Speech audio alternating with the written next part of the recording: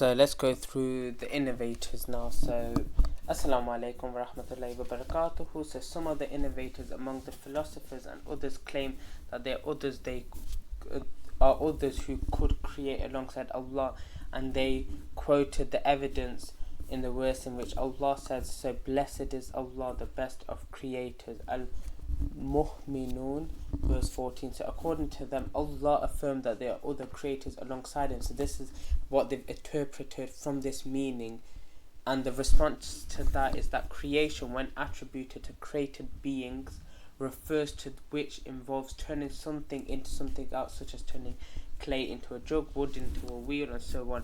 It's also subject to the availability of the means and measure that Allah has provided. In the case of Allah, He is able to merely create by saying be, and it is.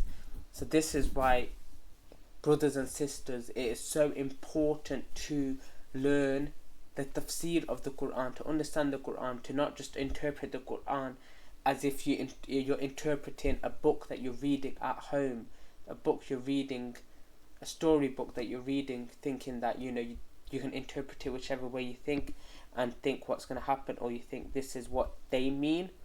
But this is the book of Allah subhanahu wa ta'ala, this is the Quran. So we need to understand its wider meaning. We need to ask scholars when we do not understand the meanings of certain verses, what it's saying, because we are unable to interpret the verses. Because if you were to study the tafsir of these verses to really understand these, you will understand the magnitude, the power, how amazing and what the meanings are of these verses. You won't be able to even contemplate. That's how amazing the actual tafsir is of understanding these verses, that there's so much to it that it's mind-blowing basically. So anyway, we're moving on to the next bit, which is the next point, which obviously we covered the first point. Now we're going on to the second point. So dominion. So this is that Allah alone is sovereign.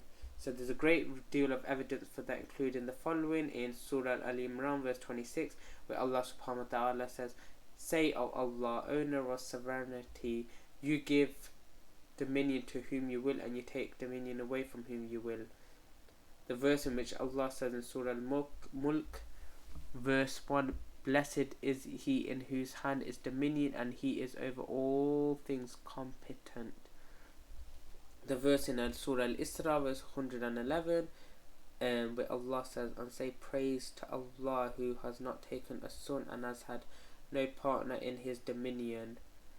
And a verse in which Allah says in Surah Yasin verse 83, so exalted is he in whose hand is the realm of all things, and to him you'll be returned.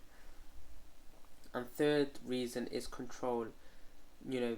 That Allah alone controls all things and directs the running of this universe. There's a great deal of evidence for this. So you can see in Surah Ar-Rad verse 2, where Allah says, and made subject the sun and the moon, each running its course for a specified term. He arranges each matter. He details the signs that you may of the meeting with your Lord be certain. The next evidence is in Surah Yunus verse 3, in which Allah says, and then establish himself above the throne, arranging the matter of his creation. Another evidence in Surah Yunus verse 31 this time, where Allah subhanahu wa ta'ala says, who provides for you from the heaven and the earth, or who controls hearing and sight, and who brings the living out of the dead and brings the dead out of the living, and whom arranges every matter. They will say, Allah. So say, then will you not revere him? And the verse in which Allah subhanahu wa ta'ala says in Surah As-Sajdah verse 5, he arranges each matter from the heaven to the earth.